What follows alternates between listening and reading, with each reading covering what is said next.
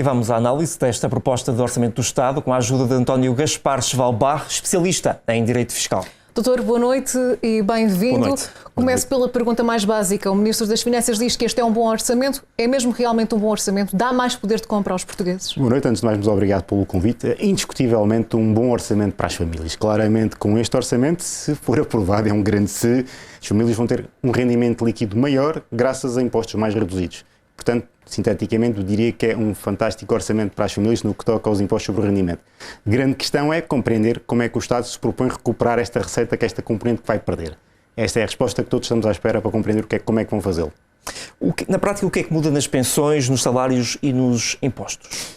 Muito bem, vamos por partes. A parte mais importante, primeiro, propõe-se aqui uma atualização dos escalões de tributação. Não sei se nesta percepção o IRS é um imposto progressivo e, portanto, somos tributados em função do escalão de rendimento que temos.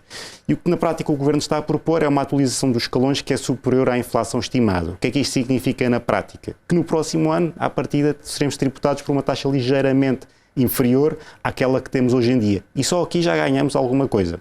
Depois, igualmente importante, propõe uma atualização do mínimo de existência de aproximadamente 11.480 euros para 12.180 euros. O que é que isto significa na prática?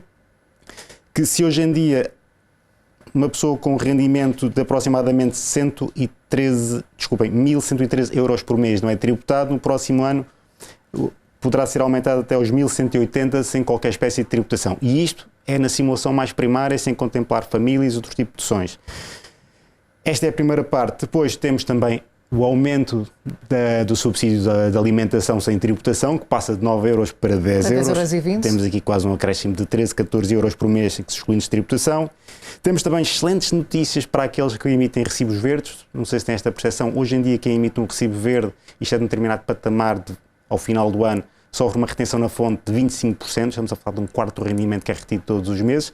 Esta taxa poderá passar para 23%, regredir ligeiramente. Isto era uma promessa que já o Partido Socialista fazia há 4, 5 anos atrás e finalmente é concretizada. E por que não até avançar um pouco mais? E depois, também para aqueles que emitem recibos verdes, estamos a falar nos pagamentos por conta de uma redução daqueles pagamentos antecipadamente por conta do IRS.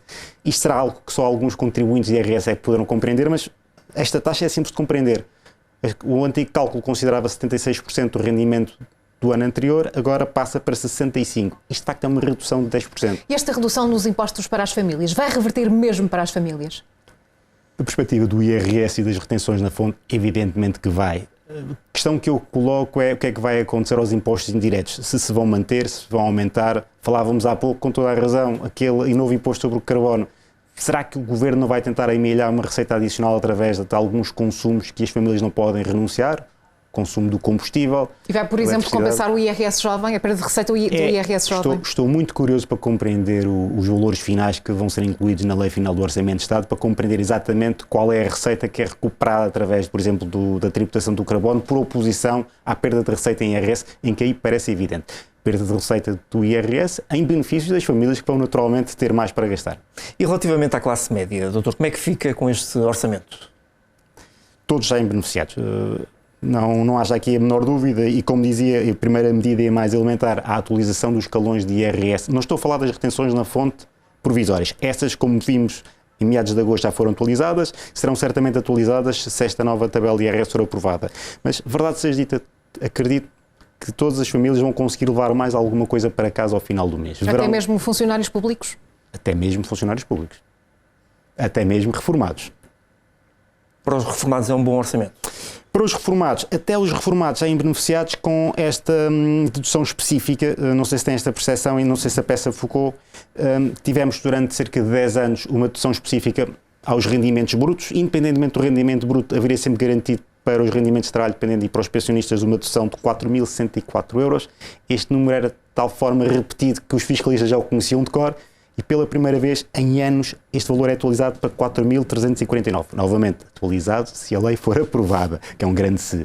Mas até para os pensionistas é uma boa notícia no que toca aos impostos sobre o rendimento. Mas quem sai mais beneficiado no meio disto tudo serão jovens? Isso claramente. Foi, diria eu, uma das principais pedras deste Governo desde o início. Foi um daqueles pontos que o Governo se bateu muito. Isso e o IRC, que como vimos, afinal, acaba só a cifrar-se na redução de 1%. Mas no que toca ao IRS para os jovens, sim, sem dúvida.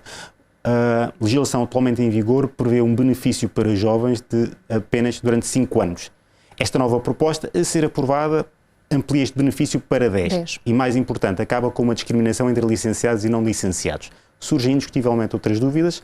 Agora, evidentemente que ao duplicar o período em relação ao qual há um benefício fiscal, os jovens saem beneficiados. Agora, cá entre nós, todos nós sabemos que no início de carreira todos ganhamos pouco. Será que isto será o suficiente para manter e atrair os jovens a permanecer no país? Não sei se será o suficiente.